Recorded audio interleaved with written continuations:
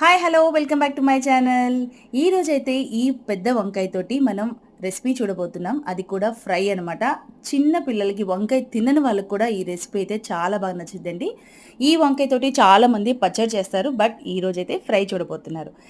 ఇంకా ఫాస్ట్‌గా లేట్ చేయకుండా దీనికి ఏమేం కావాలో చూసేద్దాం, వచ్చేసేయండి.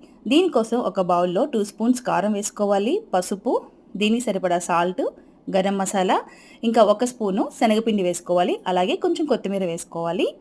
మనం క్వాంటిటీ కొంచెం ఇంకా ఎక్కువ కావాలి అంటే గ్రేవీ ఇంకొంచెం శనగపిండి వేసుకోవచ్చండి. అలాగే ఒక స్పూన్ నువ్వులు వేసుకోవాలి. ఇవన్నీ వేసుకుని బాగా కలిసే విధంగా మిక్స్ చేసుకోవాలి. ఇప్పుడు దీంట్లో ఒక పెద్ద స్పూను పెరుగు వేసుకోవాలండి. అలాగే ఇది కలవడానికి కొంచెం వాటర్ పోసుకొని బాగా కలిసే విధంగా మిక్స్ చేసుకోవాలి.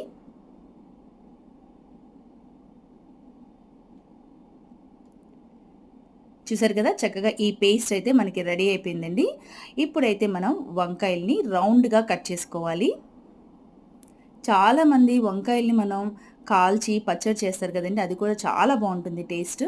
బట్ ఈ విధంగా అయితే ట్రై చేయండి. ఇప్పుడైతే ఇక్కడ మీరు చూస్తున్నారు కదా, ఇవి ఓట్స్ అనమాట. ఓట్స్ని మనం ఇలా కోరుగా కొంచెం మిక్సీ చేసుకోవాలి పౌడర్ లాగా.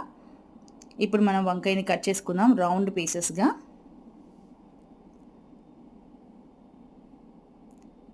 మనం ఓట్స్ ఇవన్నీ వేస్తున్నాం కదండి, కానీ భలే క్రిస్పీగా వస్తుందన్నమాట. ఈ విధంగా రౌండ్గా చేసుకున్నాక దీని మధ్యలో చిన్న చిన్నగా ఘాట్లు పెట్టుకోవాలి. ఎందుకంటే మనం ముందుగా ప్రిపేర్ చేసుకున్న ఆ మసాలా దీనికి పట్టించాలి కదా, అందుకని రెండు వైపులా పట్టిద్ది కాబట్టి కొంచెం అక్కడక్కడ ఈ విధంగా ఘాట్లాగా పెట్టుకోవాలి నైఫ్ తోటి.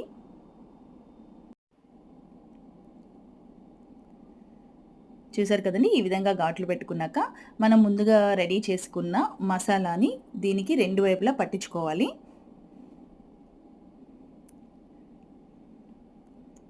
ఇలా పట్టించుకున్నాక మనం ఓట్స్ పౌడర్ చేసుకున్నాం కదా, దాన్ని కూడా రెండు సైడ్లు అద్దుకోవాలండి. ఇలా చేసుకున్నాక దీన్ని మనం ఆయిల్లో ఫ్రై చేసుకోవాలి. అలాగని డీప్ ఫ్రై కాదండి, ఒక 2 స్పూన్స్ ఆయిల్ వేసుకుని చక్కగా షాలో ఫ్రై లాగా రెండు సైడ్లో సిమ్లో పెట్టుకుని ఫ్రై చేసుకోండి. అప్పుడు వంకాయ లోపల కూడా చక్కగా ఫ్రై అయిపోతుంది.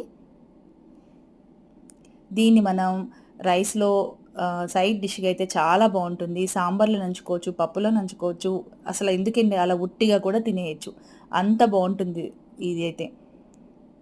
ఈసారి తప్పకుండా ఈ రెసిపీ అయితే ట్రై చేయండి. చాలా ఈజీగానే ఉంటుంది, కొంచెం ప్రాసెస్ ఉంటుంది కానీ టేస్ట్ కూడా అద్దరిపోతుంది. కొంచెం కొత్తిమీరతో గార్నిష్ చేసుకుంటే యమ్మీ యమ్మీ వంకాయ ఫ్రై రెసిపీ అయితే రెడీ అయిపోయిందండి. Okay, bye.